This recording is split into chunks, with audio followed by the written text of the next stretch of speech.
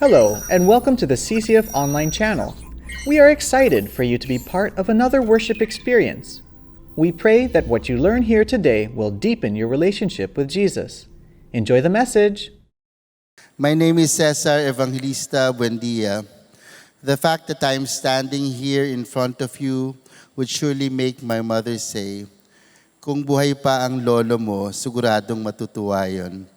You see, my grandparents were missionaries who would go from town to town on foot, riding bangkas, crossing crocodile-infested rivers to proclaim God's word. But my path was different from my lolos. I became the president of a Christian group in UP Diliman, but at the same time, I was living a perverse homosexual lifestyle. I also became a member of an underground group that was part of the National Democratic Front and supported the New People's Army and the Communist Party of the Philippines. I was a rebel. I rebelled against the government and against God's commands. I knew in my mind what the Bible said about homosexuality, but I believed instead that God would understand and even be happy about my homosexual lifestyle. I would ask myself, how can a loving God not be happy if I am happy? After all, He loves me and He wants me to be happy. Even as an activist, my friends and I from the underground movement would search the Bible in order to find particular Bible verses that would justify armed struggle and violence as a means to get justice in society. But as days went by, I saw that my comrades in arms in the underground movement were themselves unjust and corrupt. I also realized that my friends who were also living homosexual lifestyles were not happy like me. I eventually gave up my involvement in the underground and started a career in show business. I was the manager of a well-known band and some actresses. I also had a lucrative career as a scriptwriter for some TV shows. I was earning a hefty sum but was profoundly sad. One day, the Lord made His move in my life. He kicked me out of my lucrative career in show business. My best friends in the industry betrayed me and destroyed both my reputation and my career. Suddenly, I was a nobody. When I lost my money, I realized how empty and meaningless my life was. But the Lord had other plans. Jobless and even more miserable at this point, I was led by the Lord to enroll in a digital filmmaking workshop and pursue my dream to become a film director. My break as a director involved a small film about cheating in schools, but little did I know that God had amazing plans for that small film. One religious leader who was so affected by the film strongly endorsed it, which allowed us to reach thousands of schools all over the Philippines. At the end of the film, I would ask the students to make a commitment not to cheat in school and not to be corrupt when they would grow old.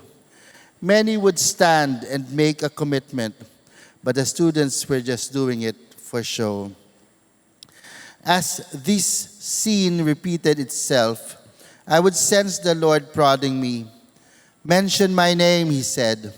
And since I was church-bred and knowledgeable of the gospel, I decided to preach His word. At the end of that talk, I asked the students to accept Jesus Christ as Lord and Savior. Lo and behold, all of them stood up, were in tears, and they accepted Christ. My filmmaking was transformed into a ministry for the Lord. But more than that, it was my own very life that was transformed. The Lord led me back to church. I went back to the Word of God with humility this time to really understand what the Lord had been trying to tell me all these years, that my intellect and my talents were but gifts to me from God to be used for His glory and His glory alone. My intelligence was no match for His great unfathomable wisdom. It was then that I went down on my knees and admitted how foolish I had been and fully surrendered to His lordship in my life. I gave up my homosexual lifestyle. We have since produced 4 Christian films, the latest of which will be showing nationwide on May 4. It is entitled Diyos Diyosan. It is a powerful story that reminds us that the hope of this nation is not in any individual leader, but that our faith should rest solely and securely in the only true and sovereign one, our Lord Jesus Christ. Today, and only by the grace of God, I submit fully to His loving authority in my life. He is the only one who really knows what is good, and therefore I live not to make myself happy, but I live instead to obey Him and make Him happy. And I know that making Him happy is the most joyful thing I can ever do with my life. Praise be to God. Praise the Lord. Amen. Praise God. Alam niyo po, nakaka-bless pong pakinggan at marinig po natin how God can really change the lives of people. Ano po, katulad po na sa katauhan po ni Direk Cesar. Kanina ho ay, nung isang beses nagkakwentuhan tayo, sabi niya nga po, pati ho yung pinudyus nilang pelikulang Diyos Diyosan, talagang ginabayan pa ng Diyos kasi ho, talagang kung wala na ho silang pondo And sabi nga niya, nung tinext niya sa akin kahapon, o nung Biyernes, sabi niya, kapag ang Diyos ang nag-utos, Diyos ang magtutustos. Amen. Amen? Praise God. Kaya ho natapos yung pelikula. And it's good for every one of us to really see that movie. May 4 and 5 lang ata ipapalabas yun, ano? Kung maraming manood, tatagal siya sa sinihan. Okay. Pero 4 and 5 muna. Okay. So, pag-pray po natin. Kasi maganda po yung pelikula dahil ito po ay nagtutulak para mag-isip po tayo ng mabuti. Alam niyo po, blessed po tayo kasi ang disciple po niya, si Kuya Rudy. Andito po si Kuya Rudy. Praise God. Isipin niyo po, eto, si Kuya Rudy. Ngayon, si Kuya Rudy po ay 17 years old lamang. 71. Can you imagine?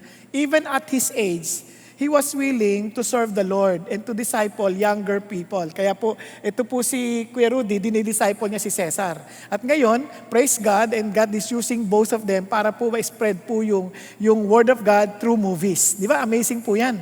Amen po? Praise God.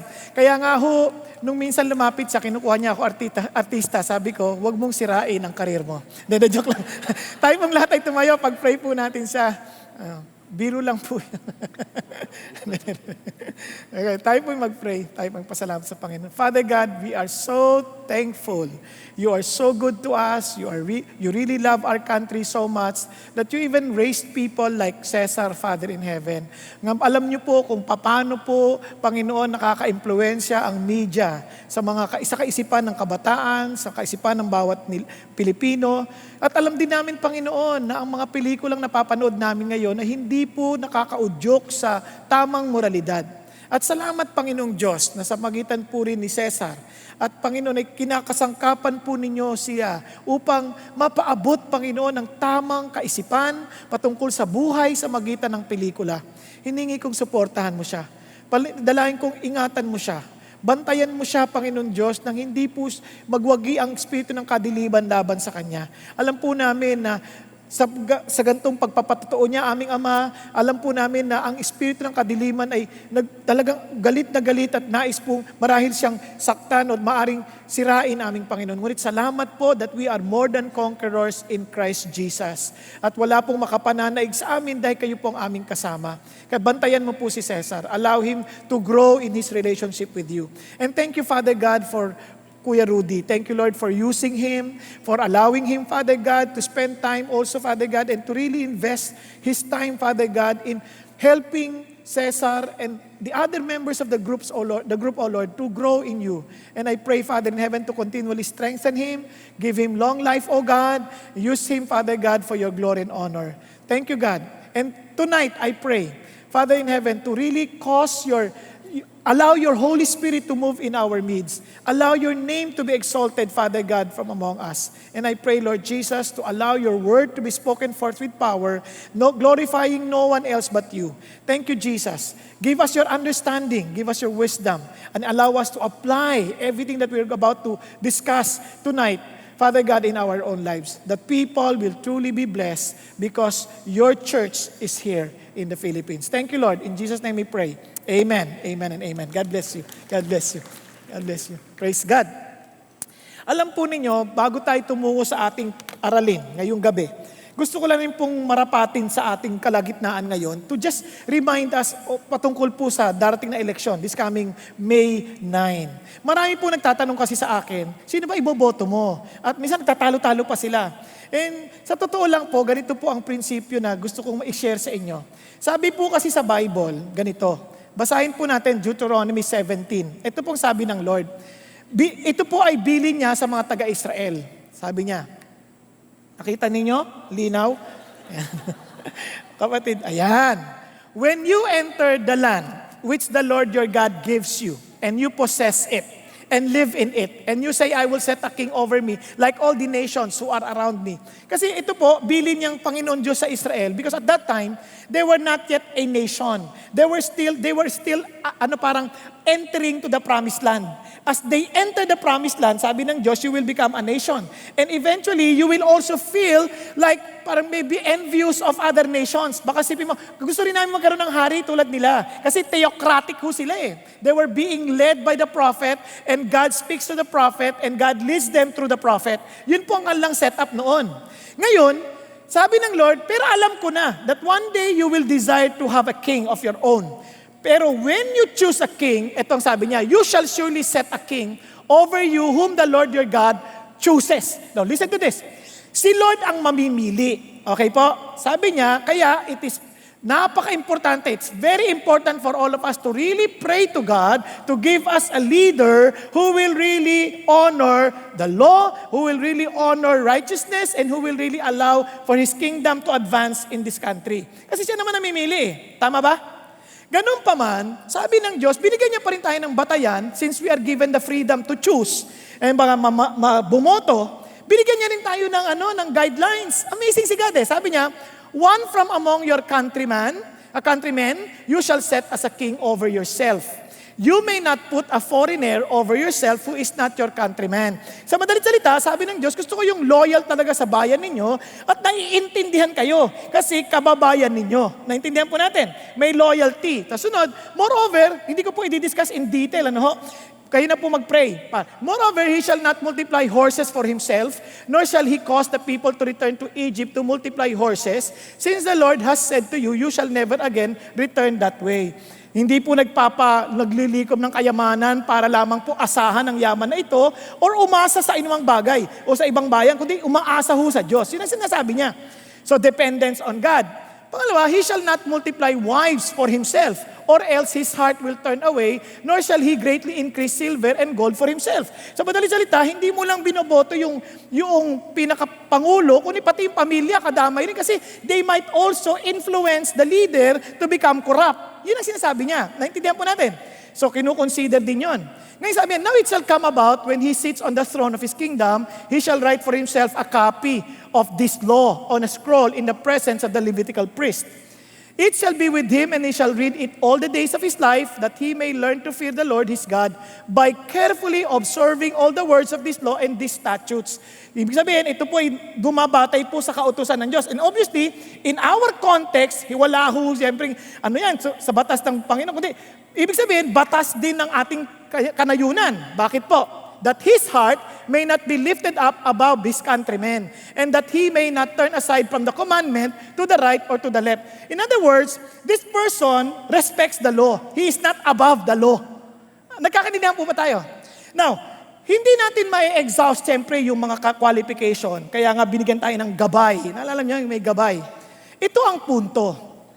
We do not vote because para manalo isang tao o hindi manalo isang tao. Hindi ganun ang prinsipyo natin. Because we want to please God and we believe that our future depends on God, we will vote that will please God. Nagkakaintindihan? Hindi yung magpi-please sa atin. Kahit na sabihin natin, kung ititingnan mo yung sa qualification, ito, wala talagang pamapasa. Pero sino yung pinakamalapit? Sabi mo, Lord, ito po kasi pinakamalapit, mukhang, baka hindi manalo eh. Ganun, di ba? Hindi issue yon. Yung panalo, kay God na problema yon kasi He will choose. Kung hindi manalo yung binoto mo, dahil sumunod ka sa Diyos, thank God kasi yun ang pinili niya kung sino man yon. Naintindihan po natin. Ngayon, kung manalo naman, di praise God pa rin. Kasi yun ang pili ng Diyos. Ang idea, you want to please God. Not even yourself, not even the crowd, but God. Yun ang issue. Nagkakaintindihan po tayo. Kaya pag tinatanong lang sa akin, sino boboto mo? In fact, even my own family, they do not know kung sino iboboto ko. Ang sinasabi sa kanila, you follow God, you pray. Okay? Nagkakaintindihan po. Kasi ganito yan, kung hindi man manalo yung pinili ko, dahil yun ang alam ko, gusto ko i-please si God, walang problema. Because my future depends on the Lord. Pakisabi mo sa katabi mo. Pinili lamang natutulog ka na. Ano? Okay? Trust God. Okay? Trust God. Kasi alam nyo, minsan talagang sobrang influence ang mundo sa atin eh. And alam nyo, kahit nga ibang mga grupo, yun ang iniisip nila kaagad. Kung sino yung mananalo, wag ganon. Okay, praise God kung manalo. Ito maaring iba-iba ang ating pagtali. Ang mahalaga, ulitin ko, you want to please the Lord. Kaya huwag ka magpilit, bakit ako itong mas qualified? Hindi, siya yun, hindi. Hindi ganon. Kung sa kanya, feeling niya, yun ang pagsunod niya sa Diyos, igalang mo. Okay? Igalang mo. Kaya hindi natin kailangan mag-away-away. Kaya nagulat po ako sa Facebook, nag-aaway-away mga Christian.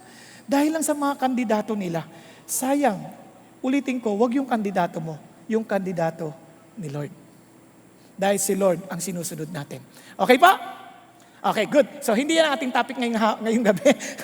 Yan lang po ay konting para lang magabayan ko po kayo. Ngayon, kung di kayo nag-agree, bahala na po kayo doon. Okay?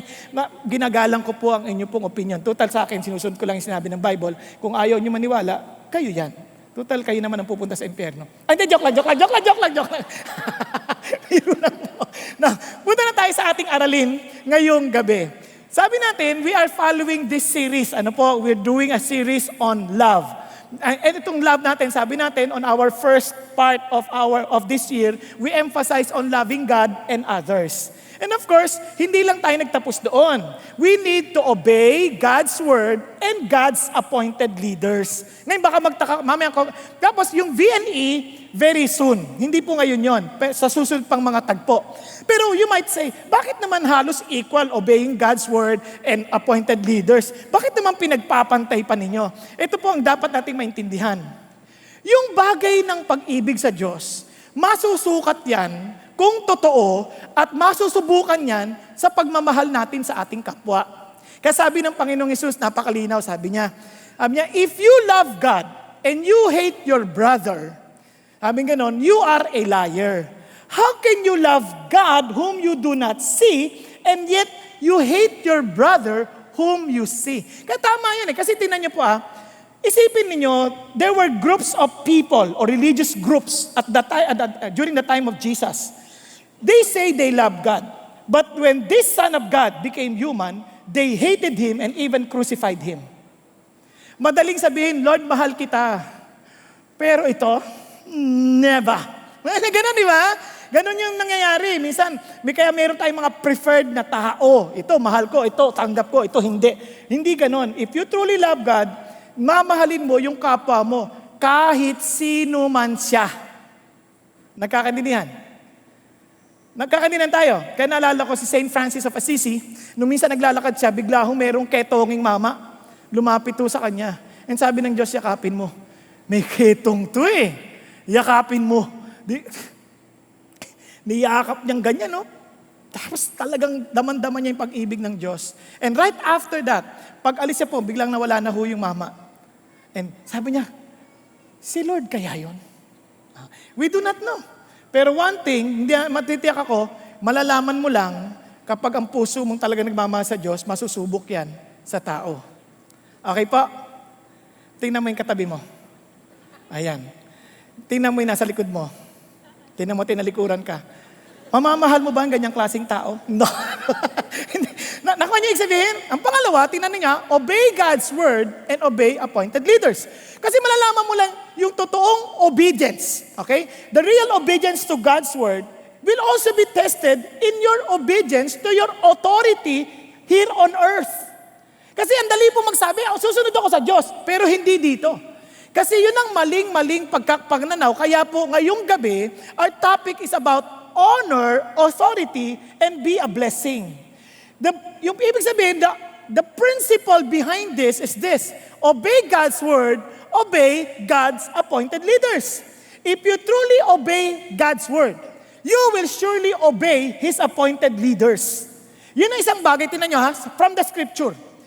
Like newborn babies, long for the pure milk of the word, so that by it you may grow in respect to salvation.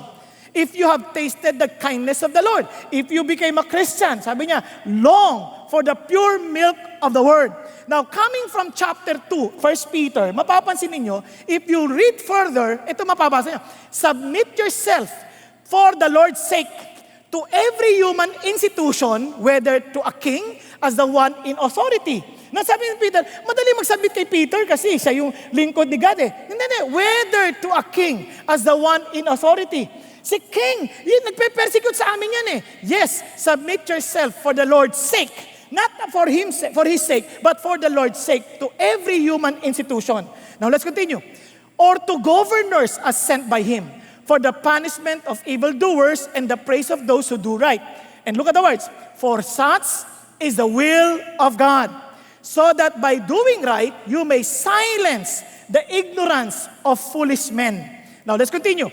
Act as free men, do not use your freedom as covering for evil, but use it as a bond slaves of God. Remember, you are servants of God, slaves of God.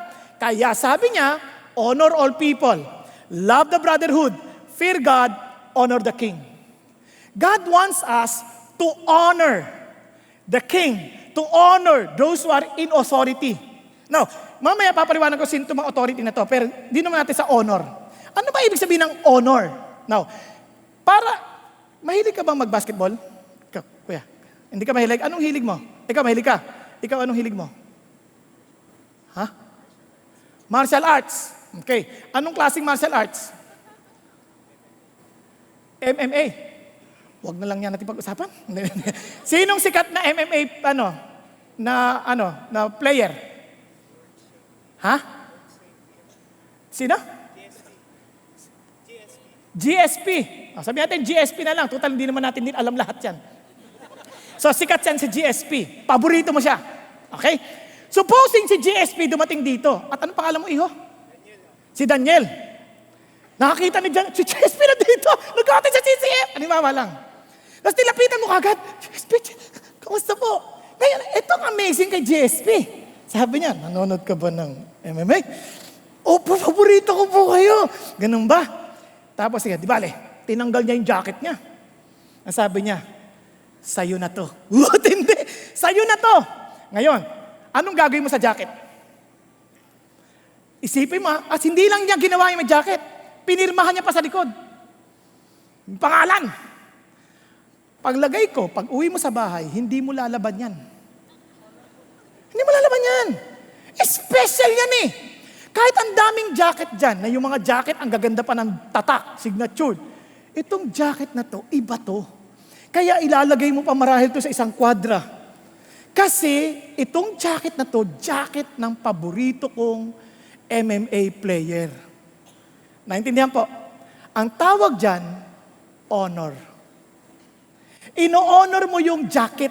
Kaya pag sinabi mong honor the king, you are giving him a special place. A place that will make him above others. Naintindihan po?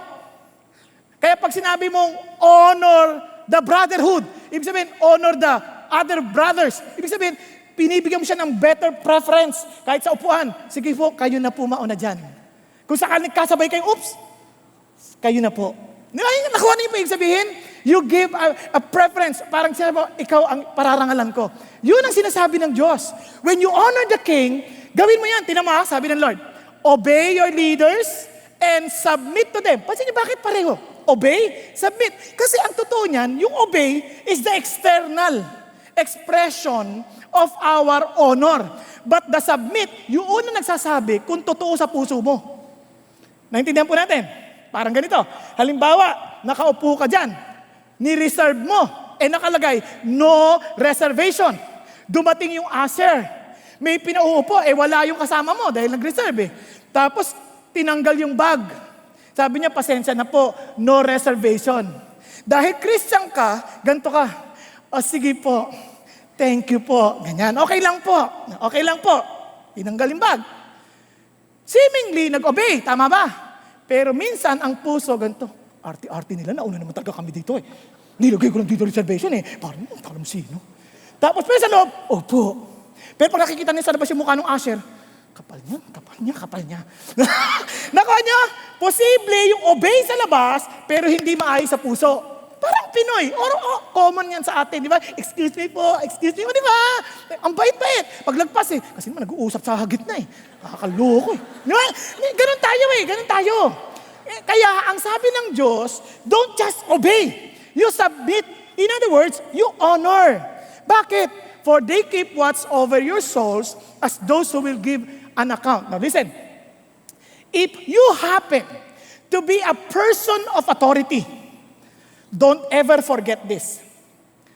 You will be accountable before God for the people under you. Okay po? Mamaya malalaman nyo kung a person of authority kayo. Pero, for our discussion, para hindi natin isa-isahin, tatandaan ninyo, there is a great privilege to be a leader, but in every privilege, there is a corresponding responsibility. Kaya sabi nga ho ni Spider-Man, hindi si Amazing, yung nauna. Great power means great responsibility. Tama po? Nagkakaninang tayo? Kaya if you are a person of authority, lagay niyo muna sa isip niyo yan, you will give an account before God. Kasi sabi ng Lord, look at this, Masters, grant to your slave justice and fairness, knowing that you too have a master in heaven. Nakakadinig yan? So balik tayo. So as a follower, listen to this, as a follower, ito yung utos sa atin, obey, submit. Bakit? Let them do this with joy and not with grief, for this would be unprofitable for you. Ito po ang idea ng Diyos. As a follower, listen to this, as a follower, ang ating accountability is to the leader. Si leader, mananagot kay God. Kaya pag harap mo sa Diyos, haharap ka sa Diyos, yung award mo will be based on your faithfulness to God's instruction to submit to your leader. Nagkakaintindihan tayo? Andiyan pa kayo? Okay, parang ganito yan. For example, itong ministry na ito. I was entrusted to preach here. Pero I'm also submitted to my senior pastor. Tama ba? Ang accountability ko sa Diyos, pag-submit ko sa senior pastor. Yes, I can appeal, but I'm submitted to Him. Siya ngayon, bahala kay Lord. Okay po ba yan? Kung mali siya, lagot siya kay Lord. Tama ba? Kung meron siyang sasabihin against the Lord, ibang usapan na yun. Mamaya ipapaliwanag ko. Pero, wala namang pastor na matino na mag-uutos ng masama, di ba? Tama ba? But I have to submit. Nagkakantindihan? Malinaw? Kaya sabi ng Lord, ang accountability ko, ngayon, eventually, mamaya, pag nalaman nyo kung sino-sino yung authorities natin, yun ang ating pag-iisipan. Kasi mananagot tayo sa Lord based on our respect and honor we give to the authority given to us. Okay, let's continue. Kaya huwag kayong matulog, ha? I'm in authority now. Di ba? Tapos ngayon, sabi ng Lord, listen to this. Sabi ni Lord, if you do not honor, rebellion is as the sin of divination. Ang literal translation yan sa Hebrew is this: rebellion is divination. Hindi as the sin of divination. Ang literal is, rebellion is divination. Pag sinabi mong divination or witchcraft, ibig sabihin, rebellion is demonic. Okay ba yan? Kaya pag hindi ka sumusunod sa authority mo, anong tawag dyan? You are influenced by demons. Ayos ba? Maliwanag? Kaya kahit magalit ka sa akin, yun ang sabi ng Diyos, if you rebel to the authority given to you, you are influenced by demons. Now, tuloy pa natin. And insubordination is as iniquity and idolatry. Ibig sabihin, para ka lang sumasamba sa Diyos-Diyosan. Because if you do not submit to the authority, you are not submitting to God. In other words, you are not worshiping God. Naintindihan? Okay. Sige, matulog ka. I'm in the authority now. No. Hindi. Responsibilidad kung gisingin ka. Now, tuloy tayo. Kaya, in order for us to honor the authority, let's learn to bow. What does bow means? Hindi madali mag-submit kaya you need to understand bow. Ang bow means be filled with God's word. Say after me, be filled with God's word. Obey God's appointed leaders. Here we will identify who they are and work according to God's will. So pag natutunan natin yan, medyo tutulungan tayo to honor the authority. Okay? Okay, simulan natin sa be filled with God's word. Anong ibig sabihin yan? Let's go back to 1 Peter. Like newborn babies long for the pure milk of the word of God. Considering that our final authority is God, we need to make sure that we are filled with His words. Bakit po? Kasi yung word of God will help us, will encourage us to submit to authorities. Kung wala kang word of God, mahirap. Mahirap. Papakita ko sa inyo. Tingnan niyo tuloy tayo. Pure milk of the word. Now listen, submit therefore yourself for the Lord's sake to every human institution. Now pagtataka ka, ito si Peter to. Pag pumunta ka kay Paul, itong sulat ni Paul sa Colossians, let the word of Christ richly dwell within you with all wisdom, then teaching, admonishing, with psalm, hymns, spiritual songs, singing with thankfulness in your hearts to God. And sabi niya, whatever you do, in word or in deed, do all in the name of the Lord Jesus, giving thanks through Him to God the Father. Then bigla niyang binigay yung mga tao na susundin ninyo, yung sasabmitan ninyo. Ngayon, balik muna tayo, dito muna tayo. Pag sinabi mo word of God, alam niyo itong problema. Kung naalala ninyo, last week, sabi natin sa Psalm 19, this is how the psalmist described the word of God. Sabi niya, the law of the Lord is perfect. The testimony of the Lord. Ano ibig sabihin ng mga yan? Pag sinabi mong law of the Lord, coming from the word Torah, sinasabi ni God, restoring the soul, and it's perfect. Sabi niya, ang ibig sabihin niyang the law of the Lord, God has a plan, has a program. Kasi sabi niya, when you are getting discouraged, and as you are following and you are getting discouraged, don't. Why? Because God has a plan. Yung plano niya, matutupad yun, and it's perfect. And from there, your soul is being revived. Sasampulan ko kayo. Kunyari, yung Israel, when they were in exile, obviously, parang malulungkot sila. But because of those who followed the law, they understood the plan of God.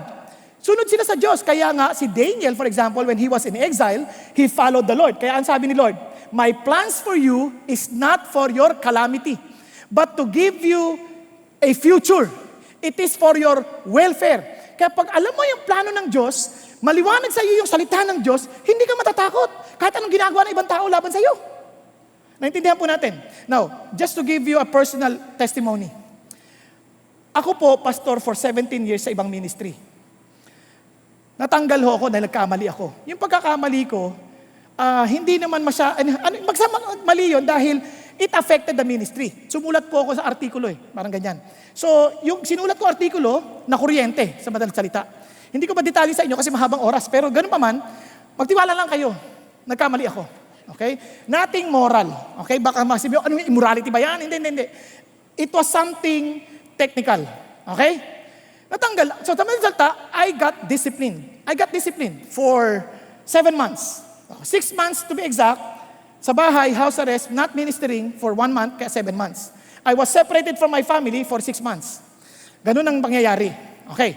Now, ito ngayon. As I was separated from my family, I was praying to God. Sabi ko, God, ano ngayon ang plano? Ang ganda na sinabi ni Lord. Sabi niya, hindi pa ako natatanggal ha. Sabi niya sa prayer ko, as I was reading the scripture, and sa prayer ko, sabi niya, tanggal ka na. Wow, very encouraging. Di ba?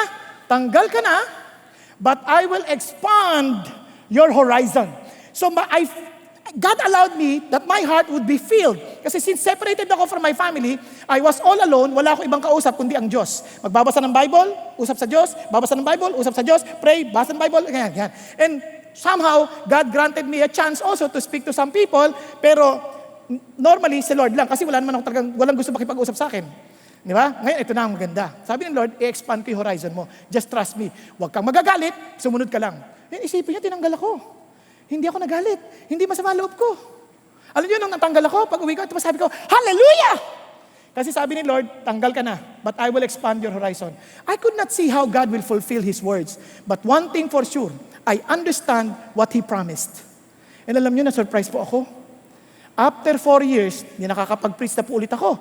By God's grace, hindi po ako nagtayo ng church kasi sabi ng Lord, huwag ka magtatayo ng church. Kasi, yan ang problema ng marami. Away ng away yung mga church leaders, tapos hindi na magre-respeto. And I love my former leaders up to today. God knows. I love them up to today. Kahit na wala ako sama ng loob sa kanila. Kasi sa kanila, ginawa lang nila yung dapat nang gawin as a leader. Okay po? Hindi ko alam kung mali o tama, si God lang nakakaalam. Pero one thing I know, they just did what they can do. What they think right. Okay? In fairness to them. Now, ito na. Naglalakad po kami asawa ko sa isang grocery sa Abu Dhabi. Abu Dhabi na ho yun, napakalayong lugar. Nag-uusap po kasi bibili kami ng extension cord. Dahil po, mag-minister po ako, kailangan namin extension cord. Doon naglalakad kami, kwentuhan kami. Biglang may humabol. Pastor Bong! Sino yun?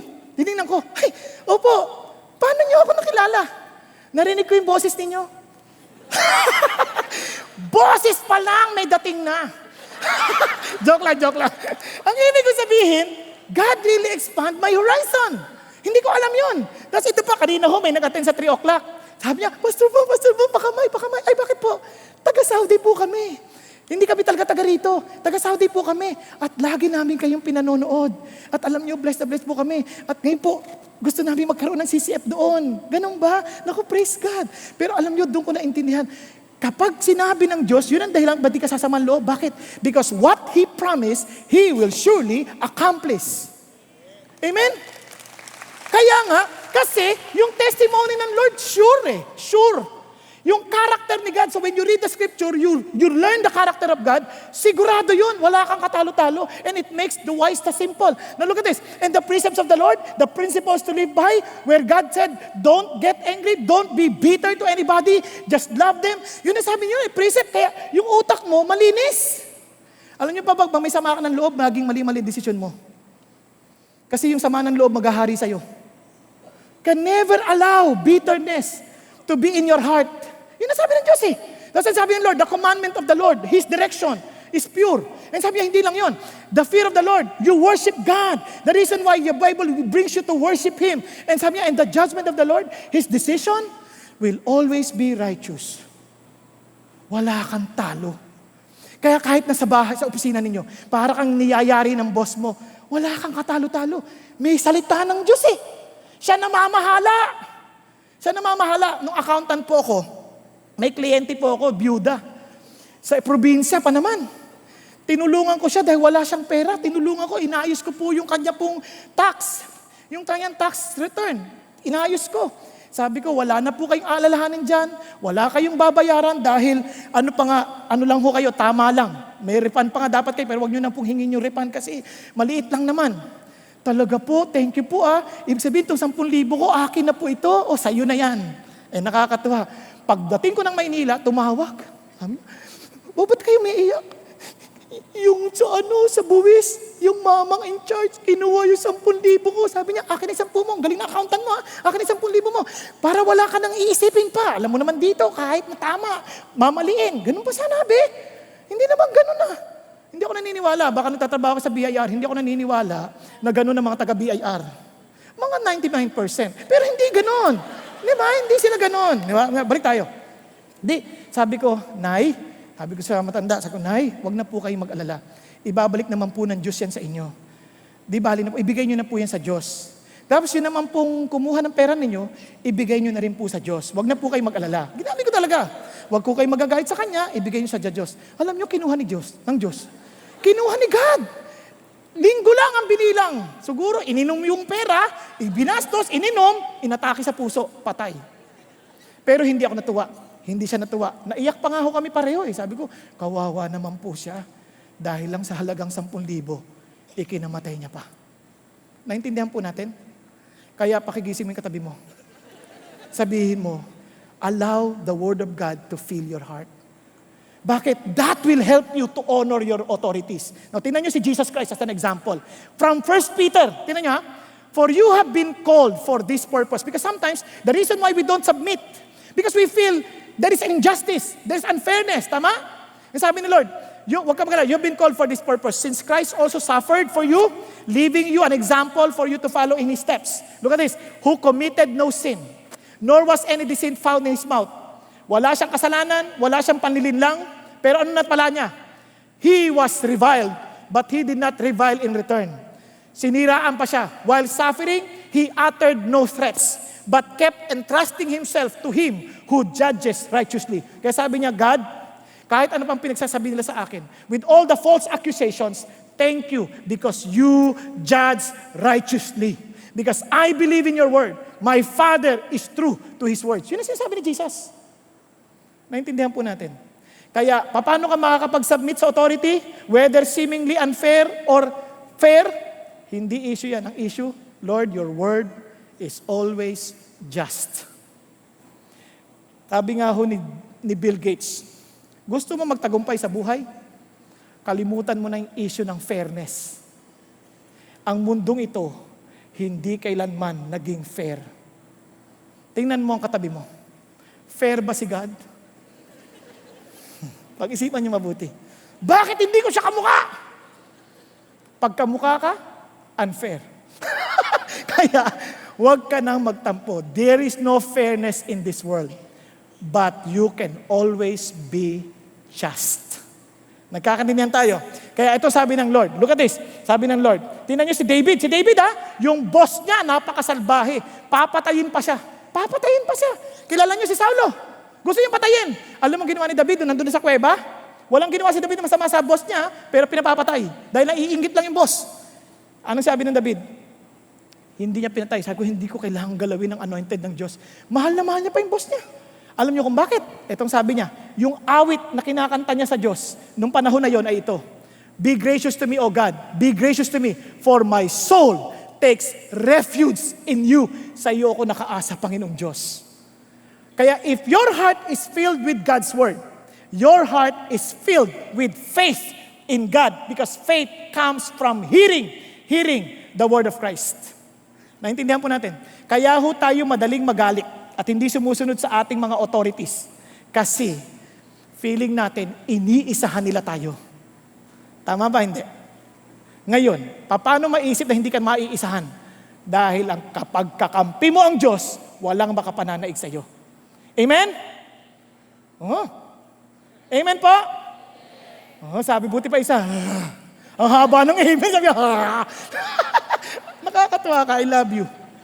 Kaya sabi niya, I will cry to God Most High, to God who accomplishes all things. Look at the words. For me, He will send from heaven and save me. He reproaches him who tramples upon me. What a confidence of the love of God. Because he knows that he was walking according to God's will. Kaya alam niya, Lord, this is my confidence. You will always protect me and you will even command protection for me. Yan ang laban natin. Ngayon, if you are filled with God's word, alam mo rin kung ano yung tatanggihan. Naalala niyo yung mga alagad, si Peter, sinabihan sila, si Peter and the apostles, don't preach Jesus anymore. Sabing ganon.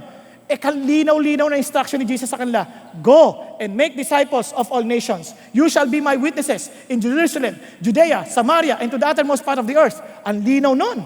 And since they were filled with that word, with those words, anong sabi nila? Tingnan nyo ha, lalagpasan ko lang ito sandali para magkasya yung oras natin. We gave you strict orders not to continue teaching in this name. Yet, you filled Jerusalem with your teaching and intend to bring this man's blood upon us. Sabi niya, tigilan nyo na yan. Anong sagot niya? But Peter and the apostles answered, we must obey God rather than men. Friends, ito ang issue.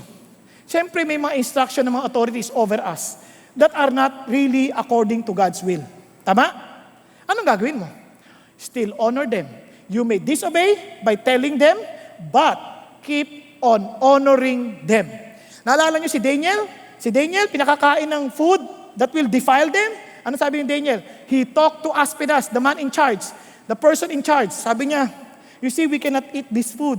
But because we respect the guy, they respect the guy, and they respect the instruction, give us 10 days. Test us on this. After 10 days, when they were tested, they were better than the rest. So they continued eating what will honor God. Napaka-importante nun. Pwede mo naman sabihin Pag may instruction na hindi tama, hindi according to the word of God, sabihin mo, excuse me po. Di ba? With honor. Hindi yung, nasusulat. Kayong mga demonyo kayo. Walang ganon. Walang naman ganon. Di ba? Kahit tinan nyo, kahit si Moses, when they were to leave Egypt, with all due respect to Pharaoh, sabi niya, Pharaoh, allow us to live. They did not live without Pharaoh's permission. Hindi sila nakaalis. Nung nakaalis na sila, hinabol pa sila. Pero wala na. They were no longer under the authority of Pharaoh. Pinakawala na sila But they waited. Pero ano susi? They bring everything to God in prayer. So si God ang kumakausap kay Pharaoh. Habang nag-a-appeal sila, hindi sila pinapayagan. Pray sila. Bibirahin ng God. Di ba? Ganun ang susi. Kaya fill your hearts with God's word. You want to honor the authority? Fill your heart with God's word. Okay po? Nagkakaintindihan tayo? Okay. Pangalawa, obey God's appointed leaders. Kilalanin natin, who are these leaders? But just to give you a summary, here are the spheres of authority. First, may family authority. Second, merong social authority sa workplace, sa school. Meron ding civil authority, yung sa government. And obviously, merong spiritual authority, the local church where you belong. Okay? Ngayon, as a follower and authority, ang authority we are to honor our authority. And the authority will be accountable to God. If they are accountable to God, ang way mo is to always bring them to God. Tama? Sample, sa family. Sabi na, kunyari, wives, family. Sino mga wives dito? Wives. Huwag kayo mahiya. Wives, pagkakataon nyo na to. Yes, wives, be subject to your husband as is fitting in the Lord. Sabi niya, as wives, listen to this, the authority given to you by God is your husband.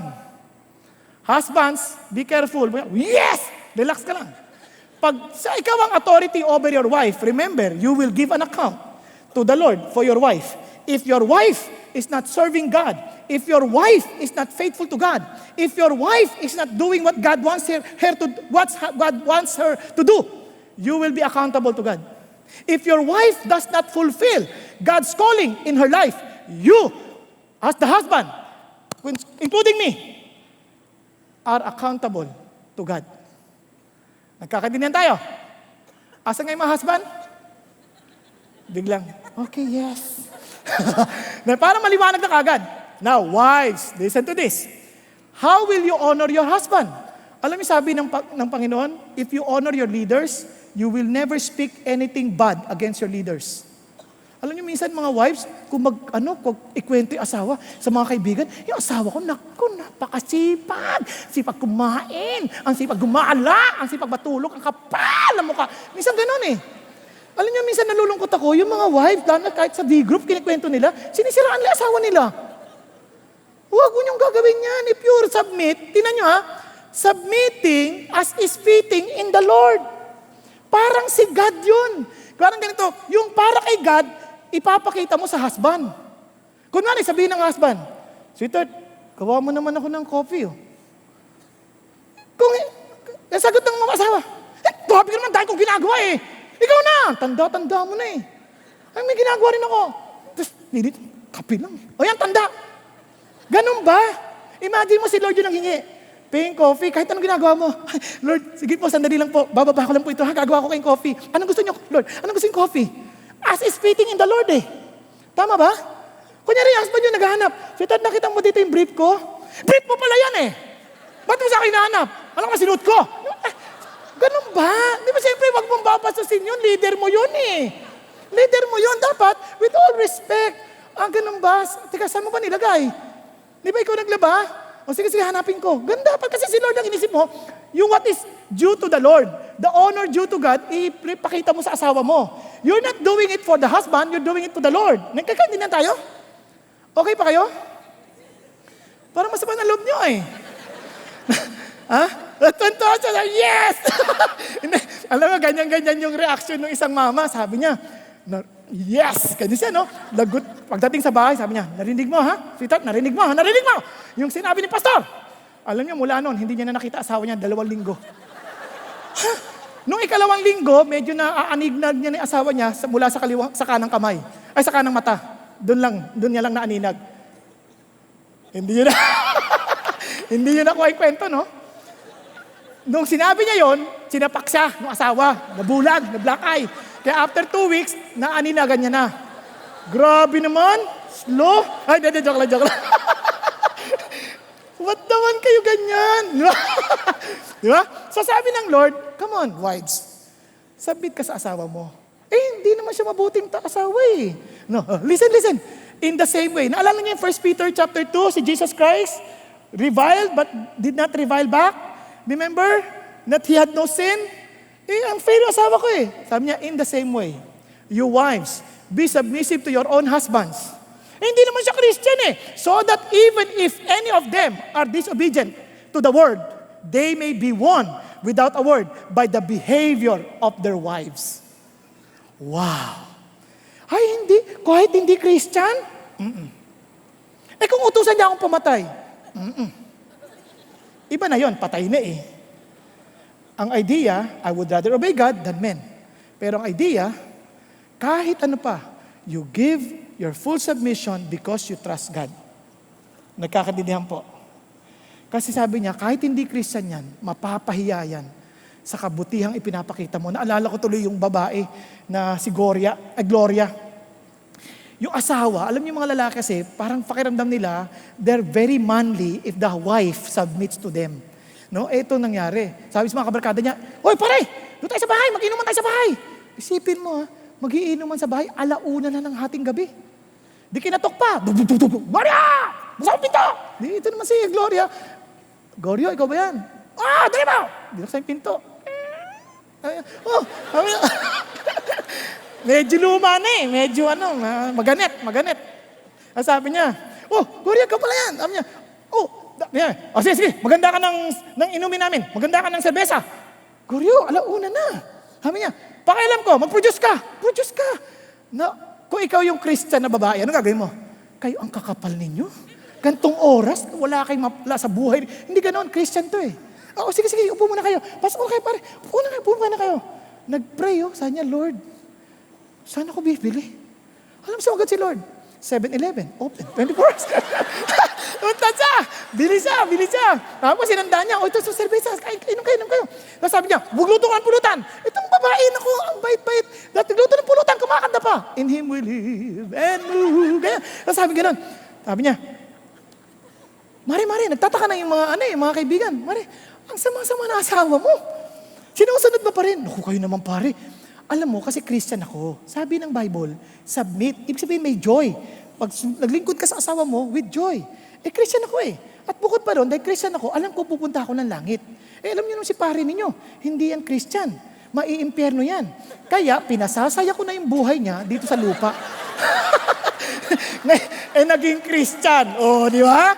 Kasi nga, doon niya lang na-realize, kaya pala ganito asawa ko. Alam mo, minsan kaya hindi naniniwala yung mga lalaki sa Panginoon Diyos. Kasi yung mga babaeng naglilingkod sa Panginoon Diyos, umaaten ng Bible study, umaalis, hindi man nakaluto, hindi man lang nakalaba, hindi man lang naasikaso yung asawa. At pagdating sa bahay, asin ang kinagkakain natin. Sabi niya, "Hoy, galing ang Bible study, mahiya kayo. Kayo na yan!" Kaya walang nangyayari. Kapatid, listen to this. Submit. Amen? Submit. Now, pangalawa, how about the children? Sabi ng Bible, children, listen. Who are the children here? Children. Okay, children, listen to this. Be obedient to your parents in all things. Ooh. In some things, all things. Grabe, no? Nakakainis. Ano sabi niya? For this is well-pleasing to the Lord. No? Well-pleasing to the Lord eh. Eh, minsan mga bata, di ba, pag inutusan mo, uy, gawin mo nito. Alam mo, dahil kung ginagawa, nag-aaral ako yan, ba? All things. Di ba? Nagtin nyo, all things eh. Paano yan? Pero siyempre, again, yung all things na yan, may exemption yan. If it is against the Lord, hindi. Nyari, magnakaw ka. Siyempre, ibang usapan na yon. Pero again, the all things here is something that you know that it's not necessarily sinful, but just to glorify God. Amen? It is to please the Lord. Now look at this. Yung obedience is not just obey. Sabi niya, honor your father and mother, which is the first commandment, so that it may be well with you and that you may live long on the earth. Alam niyo kaya ako blessed na blessed sa mga anak ni Pastor Peter? Kasi pati sa pagbo-boyfriend, pagliligaw, sinasabi pa sa tatay. Nasabi pa sa magulang. Nagsasubmit sila. Pag hindi nag-approve yung magulang, hindi nila pinupurso. Sa atin, sa mundo na ito. Kaya tinan mo naman, tatagumpay nilang lahat. Yung mga anak, ang tatagumpay. Totoo ang Diyos eh. Minsan yung mga anak, ang titigas ang ulo eh. Pag sinabi ng tatay, oy, Papa, don't preach, I'm in love. Ano ka ba? Kaya, anong gagawin mo sa in love na yan? Naalala ko, meron pa isang babae, nagpa-counsel sa akin, sabi niya, Pastor, yung boyfriend ko, ginugulpi ako eh. Hiwalayan mo na.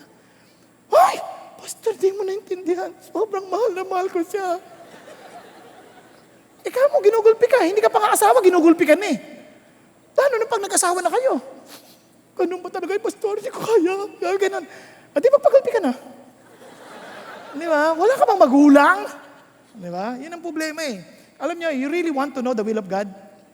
You want to know the will of God? Learn to submit to your leaders. Learn to submit to your parents. Then you will be safe. Amen? For some reason, ang mga parents, may nakikita sila. May nakikita sila something. You just trust. God knows. Ngayon, pag hindi, di sabihin mo kay Lord, Lord, naguguluhan po ako sa magulang ko, yung labo-labo eh. Di ba? Tawala ka lang kay God. God is still in control, not them.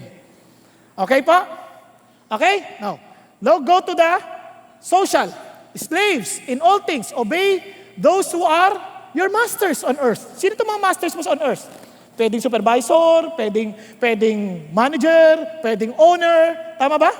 Sabi niya, obey. Sabi niya, not with external service as those who merely please men, but with sincerity of heart, fearing the Lord. Hindi ka naglilingkod para lang makita niya, para maging sip-sip ka. Ganun, hindi. Sincerity of heart.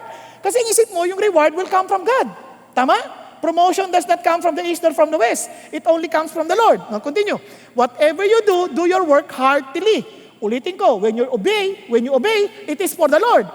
As for the Lord, rather than for men. Knowing that from the Lord, you will receive the reward of the inheritance. It is the Lord's Christ whom you serve. Si Jesus ang pinaglilingkuran mo eh. So si God ang maglilingkod sa'yo. Naalala ko, si Howard Hendricks, nakasakay sa aeroplano. Na-delay yung flight. Naku, yung stewardess, napakabait. Siyempre, nagrereklamo yung mga, alam mo naman mga pasahero. Ang dadaming sinasabi. Pero ang bait nung stewardess. Oh, yes, ma'am, sorry po, ma'am. Pero ano po ba maitutulong ko sa inyo para maging komportable kayo sa pag-iintay? Ganun, Lord, sabihin niyo na po sa amin. So, pinanonood siya ni Howard Hendricks. Kasi si Howard Hendricks, Christian yun, pastor. Nilapitan siya, sabi niya, you know what? I want to commend you to your officers. Can I get your name? No, you don't need to. Sabi niya, you see, I do this for the Lord. Not for promotion or for anything. It's okay. Wow. That lady is really serving God. Alam niyo man nakakalungkot minsan kung sino pa yung Christian, sino yung tatamad-tamad.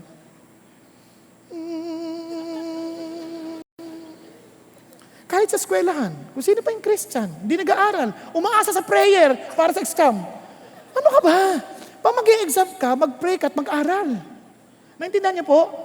At saka, hindi ka nandadaya dahil hindi ka nakikita ng teacher. Kahit wala yung teacher, you will do it for the Lord. You will do it honestly. Paano kung bumagsak ako? Then, better to repeat than to cheat. Di ba? At titiyakin ko sa iyo, if you do your best for God, you will never have to repeat. The Lord will help you to pass. Ako ano yung sabihin? Andiyan pa ba kayo? Kaya ito na, kasi the reward, you will receive the reward of the inheritance. Na continue, for he who does wrong will receive the consequences of the wrong. Parang may consequences eh. Ngayon, paano? Paano yung masasama, pastor? Napakasama ng boss ko eh. Sabi ni Lord, not only to those who are good and gentle, but also to those who are unreasonable. Anong ibig sabihin ng unreasonable? Walang reason. Walang kakayanan para maging matuwid ang kanyang kaisipan. Unreasonable. Can you imagine? Kaya sabi niya, be submissive to your master with all respect. Not only to the good, but also to the unreasonable. Not only to the gentle, but even to the unreasonable. Alam niyo mga unreasonable? Walang hindi gentle. Kung magalit, kung magsalita, napaka-brusko. Mga ganun. Tuloy tayo. Alam niyo ba minsan kung boss natin Christian, ito pang bilin ng Lord. Those who have believers as their masters must not be disrespectful to them because they are brethren, but must serve them all the more because those who partake of the benefit are believers and beloved. Teach and preach this principle. Alam niyo, ito nakakalungkot. Minsan pag boss mo Christian, lalo mong hindi ginagalang, lalo mong pinitake advantage. Christian naman eh. Relax ka. Kung Christian, lalo mong igalang. Ngayon, kung nagkamali yung Christian na boss mo, tulungan mo, sabihin mo, huwag mong siraan. Minsan ka, ang labo, Christian pa naman siya. Alam mo naman, kamalabang ka kanya. Sinong kinasabihan mo, mga hindi Christian? Christian naman yan eh. Di lalong pwede mo siya ipag-pray. Kakausapin naman ng Diyos yan. Di ba? Okay pa kayo? Pag-pray nyo. Kaya itong susi, tinan nyo ha. Pasabi niya, to those who partake of the benefits are believers. Kasi isipin mo, magagamit pa ng kapatid mo yan para sa Panginoong Diyos. Kaysa naman, ipagsusugal lang yan. Kaysa ibang bababae lang yan. Kaysa pang ilalasing lang yan. At least, Christian yan, tulungan mo na. Ang objective mo, tulungan mo siyang kumita. Tulungan mo siyang umunlad sa buhay para sa Diyos. Amen? Okay pa? Okay, good. Now, tuloy na tayo. Now, how about civil authorities? Every person to be in subjection to the governing authorities. For there is no authority except from God. And those which exist are established by God. Ibig sabihin, pati ho yung masasama. Ibig sabihin, si Hitler, si ano. Yes, sabi ng Lord, siya daw lahat yun eh. May dahilan siya. And the reason, I don't know, but God knows. Pero alam ko, it is also for the good of the people. In fact, if God did not use Hitler, Israel would not be restored as a nation. It was because of him. Kaya napuwersahan yung Israel kasi the Israelites, they don't want to go back to their land. And God was telling them, you have to go back to the land. And God maybe used Hitler para mabalik sila sa lupa nila. Because of the persecution, because of the Holocaust, balik sila sa lupa nila. And Israel was reborn. Nagkakaintindihan? Now, let's continue. And sabi nga nun, therefore, whoever resists authority, if you resist the authority, you are opposed to the ordinance of God. Kaya, they who oppose will receive condemnation upon themselves. Biruin mo, ikaw ang makukundina. Ang sabi niya, for rulers are not a cause for fear, for good behavior, but for evil. Do you want to have no fear of authority? Do what is good, and you will have praise from the same. Kaya, for it is a minister of God. Now, tingnan niyo ba? For because of this, you also pay taxes, for rulers are servants of God, devoting themselves to the very thing. Render to all what is due them. Tax to whom tax is due. Custom to whom custom. Fear to whom fear. Honor to whom fear. And finally, after listening to the government, alam nyo, itong sabi ng Lord, when you honor them, you do not even destroy them in your conversation. Hindi, alam niyo, kahit mga pulis, nagsisi talaga ako dito, sobrang pagsisisi ko nang inaaral ko ito ulit. Kasi minsan naiinis ako sa mga pulis eh. Sabi ng Lord, wag mong gagawin yan. Wag mong pakikiram, tatanda mo yan, bantayan mo yan. Wag kang magagalit sa mga pulis. Love them. Kasi Lord, nakakainis ka sila. Hindi issue yan. Ako nang bahala sa kanila. Basta, respect them. Honor them. They are authorities. Pag nagdadrive ka, don't go beyond the speed limit. Di ba? Wala namang radar eh. Hindi issue yan. Ang issue, you obey me. I will take care of you. Yun ang issue ng Diyos. Respect your authorities. Okay po ba yan? Nagkakaintindihan tayo? And ito. Ngayon about elders. Who are these elders? This is the spiritual family that we have. sabi ng Diyos, you also respect those spiritual authorities. The fellow elder, I exhort the elders among you as fellow elder. Bakit? Who are these fellow elders? Sabi ni Peter. These are exercising oversight. They're overseeing, making sure that the people of God are walking according to God's will. And sabi niya, not under compulsion, but voluntarily, according to the will of God, and not for sordid gain, but with eagerness. And sabi ng Lord, nor yet as lording over those allotted to your charge, but proving be examples to the flock. So meron pong leader sa flock, tama ba? And these are the spiritual leaders of God. Now sabi niya, and when the chief shepherd appears, you will receive the unfading crown of glory. Now listen, pag sinabi mong elder, these are those who are matured spiritually. Okay po? So, those followers, they are considered younger. Ibig sabihin, yan yung mga bata in faith. Kaya sabi ng Bible, you younger men, likewise be subject to your elders. And all of you, clothe yourself with humility toward one another, for God is opposed to the proud, but gives grace to the humble. Look at the words. God is opposed to the proud. Not listening to the elders, not following and honoring the elders, you are proud. And God opposes the proud, but gives grace to the humble. Sabi niya, therefore humble yourself under the mighty hand of God, that He may exalt you at the proper time. Now, let me share you this. When I came in here in CCF, kasi nagpunta pa ako sa iba-ibang churches. When I came in CCF, I came in as a member. And since I understand how to respect the leadership, spiritual leaders, ang una kong tinignan, paano ko sila igagalang? How can I grow with their instruction? As a sign of your obedience, honor to the leaders. Noong time na yon, wala pang GLC. Ang tawag, Biblical Foundation. Sabi ko, attend akong Biblical Foundation. Join ako ng D group. Isipin ninyo, ako po, hindi lang pastor ng 17 years. Nagturo pa ako sa Bible school. Okay? Kaya punong-puno rin ako ng yabang sa utak. Nagkakaintindihan po tayo. Sabi ng Diyos, now that you are here, you submit to the leadership. Don't assume you are a pastor. Wala yon, you are a member. Opo. Attend ako ng GLC. O tawag ng Biblical Foundation. Attend ako. Attend ako ng membership class. Attend ako ng D group. Kasi part yun eh. And God allowed me to grow. And by God's grace, hindi ko na namalayan, after 4 years, nagpipreach na ulit ako sa congregation ng Diyos. Nagkakaintindihan tayo. Anong punto? You follow God. Hindi po ako nag-apply, hindi po ako nag-aspire maging pastor ulit. Sabi ko nga, nung time na yon, nung mag-a-apply, sasali po ako ng D-group. Tumapit pa ako kay Pastor Peter. Sabi ni Pastor Peter, sama ka dito kay Pastor Glenn. Hinahanap niya si Pastor Glenn. Wala si Pastor Glenn. Ang nahanap niya si Pastor Erwin. Si Pastor Erwin ang in charge sa hapon na services. And sabi niya, iniisip-isip ko, binabalikan ko. Siguro kung Pastor Glenn ako, praise and worship leader ako ngayon. Kasi siya ang in charge eh. Kaya kung makikita nyo, ang gagaling ng mga praise and worship team, siya yun. Di ba? Nung time na yon, si Pastor Erwin ang in charge sa hapon. And sabi niya, dito ako dinala. Because God wants me to be back in preaching because He has a plan. Amen? But you will never see the plan if you do not submit to the process of the leadership of the church. Hello? Kaya, finally, sabi ng Lord, casting all our anxieties upon Him because He cares for you. Now, let me end. Sabi natin, bow. And sabi, anong mga leaders natin? Family. Husbands, parents, civil, social, masters, boss. Sa civil, the government authorities, the policemen, everyone who is in charge in the leadership. And of course, spiritual leaders, our pastors, D-group leaders, D12 leaders, lahat yan, leaders na binigay sa atin ng Diyos. Okay po? Nakakaintindihan tayo? So encourage them. Be a blessing to them.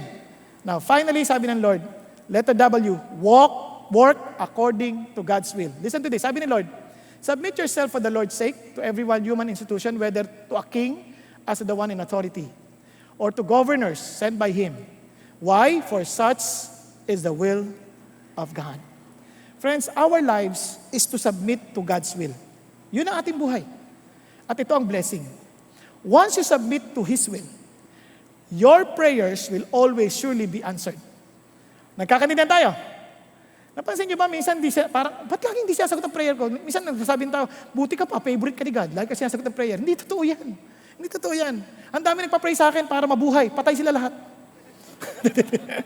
Isang alam ko lang ganito, you do God's will. And ito sabi ng Diyos. Kaya nga, pagka gusto mo yung will ng Diyos at seemingly the boss is trying to hinder you to accomplish the will of God, walang problema. Huwag mong dibdibin. Tuhurin mo. Ano tuhurin? Pag-pray mo. Kaya sabi ni God, if it is God's will, ano sabi ng Lord? This is the confidence which we have before Him, that if we ask anything according to His will, He hears us. And if we know that He hears us in whatever we ask, we know that we have the request which we have asked from Him. Ang sarap. Basta assured ka na will ng Diyos, yun ang confidence mo. Tama ba? Ngayon, problemado ka ba sa boss, sa asawa mo? Problemado ka ba sa parents mo? Problemado ka ba sa boss mo? Problemado ka ba sa gobyerno? Problemado ka ba sa mga leaders sa church mo? Ang tanong, pinagpray mo ba sila? Since they're accountable to God, you pray for them and keep honoring those who are in authority. So let me end by saying, honor all people, love the brotherhood, fear God, and honor the King. Okay po ba yan? Tayo pong lahat ay yumuko at pumikit sandali. Thank you, Jesus. Sa ating pong pagyuko at pagpikit, kapatid, kilala mo kung sino ka. Are you struggling submitting to your husband? You may think you are, but maybe you can ask your husband after the service and say, am I submissive to you?